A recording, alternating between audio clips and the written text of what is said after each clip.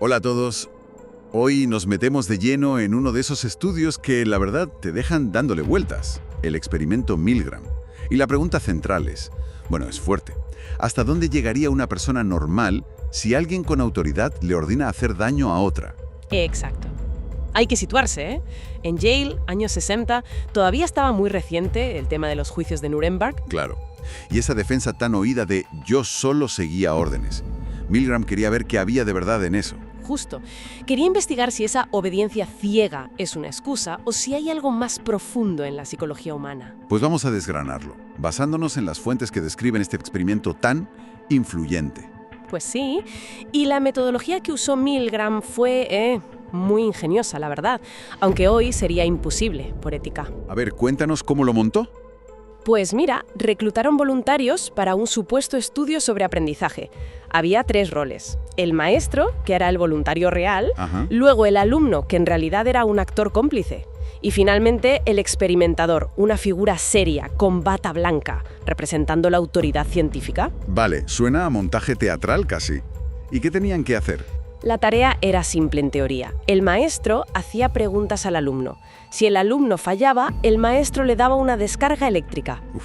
Empezaban con 15 voltios y la intensidad iba subiendo hasta 450 voltios. Pero las descargas no serían reales, ¿no? No, eran ficticias.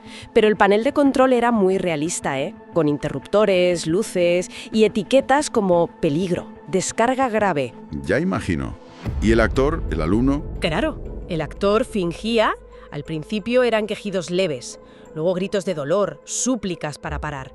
Hacia el final, incluso silencio total, como si hubiera perdido el conocimiento. Madre mía, qué angustia. ¿Y si el voluntario, el maestro, dudaba? ¿Qué pasaba? Supongo que muchos querrían parar. Ahí es donde entraba la figura de autoridad, el experimentador. Con mucha calma, pero firmeza, usaba una serie de frases ya pautadas. ¿Del tipo? Pues empezaba con, por favor, continúe. Si insistía en parar, el experimento requiere que siga. Luego, es absolutamente esencial que continúe. Presión directa. Y la última era tajante. No tiene otra opción. Debe continuar. Vale. Con ese escenario, ¿cuáles fueron los resultados? ¿La gente se plantó? Pues aquí viene lo más chocante, diría yo. El 65%. ¿El 65% qué? El 65% de los participantes llegaron hasta el final.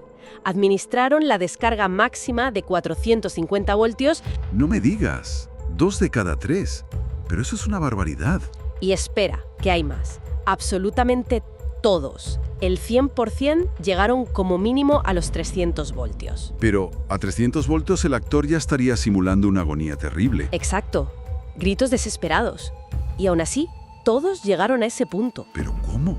¿Estaban tranquilos haciéndolo? ¿Qué va?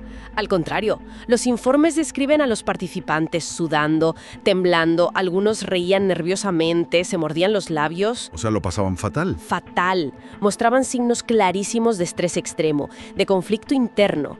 Pero la mayoría obedecía la orden. Entonces la conclusión es que somos capaces de hacer daño si nos lo ordenan. ¿Así de simple? No es tan simple. Lo que sugiere Milgram es que la situación creada tiene un poder inmenso. Hay factores clave. ¿Cómo cuáles? Primero, la legitimidad percibida de la autoridad. El prestigio de Yale, la bata del científico, todo eso imponía. Entiendo, el contexto serio. Luego, la proximidad de la víctima. Fíjate qué interesante. Si el maestro estaba en la misma habitación que el alumno y lo veía, la obediencia bajaba al 40%. Claro, ver el sufrimiento directamente. Y si tenía que ponerle físicamente la mano en una placa para la descarga, bajaba aún más, al 30%. La distancia ayuda a deshumanizar. Tiene sentido.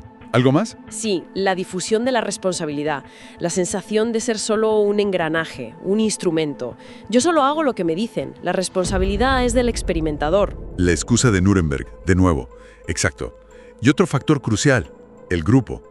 Si Milgram introducía a otros maestros, también actores, que se rebelaban y abandonaban, ¿qué pasaba entonces? Pues que la obediencia se desplomaba. Solo un 10% continuaba hasta el final. Ver a otros desobedecer daba permiso, rompía el hechizo. La fuerza del ejemplo. Incluso si había 2 figuras de autoridad dando órdenes contradictorias, la obediencia cesaba casi por completo. Entiendo. La situación es compleja. No es solo obedecer porque sí. Claro que hoy día éticamente esto sería impensable. ¿El estrés que sufrieron los participantes? Desde luego. Fue muy criticado por eso, y con razón. La ética en psicología cambió mucho, en parte por este experimento. Pero sus hallazgos... Siguen siendo muy relevantes. ¿En qué sentido? ¿Para entender qué? Pues para entender cómo funciona la obediencia en estructuras jerárquicas. Piensa en el ejército, en regímenes autoritarios, incluso en sectas. O en situaciones más cotidianas, quizás, también. Abusos de poder en el trabajo, en la escuela, casos como el de Abu Ghraib, por ejemplo, o las justificaciones de soldados en muchas guerras resuenan con esto. Donde la bata blanca puede ser un uniforme, un cargo. O la presión del grupo, la cultura corporativa, la autoridad puede ser muy sutil. Incluso podríamos pensar hoy en día en cómo obedecemos a veces a algoritmos. Es verdad.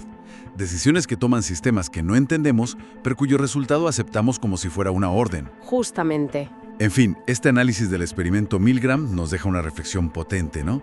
Sobre esa tensión entre nuestra conciencia y la presión de la autoridad. Sí, nos recuerda lo fácil que puede ser dejarse llevar y actuar contra nuestros propios valores si la presión es la adecuada. Y nos obliga a pensar en la importancia de mantener un espíritu crítico, de cuestionar órdenes y de asumir nuestra responsabilidad. Quizá la pregunta final no es solo por qué obedecieron ellos, sino en qué pequeñas o grandes situaciones obedecemos nosotros, a veces sin darnos cuenta, cada día. Algo para darle una vuelta.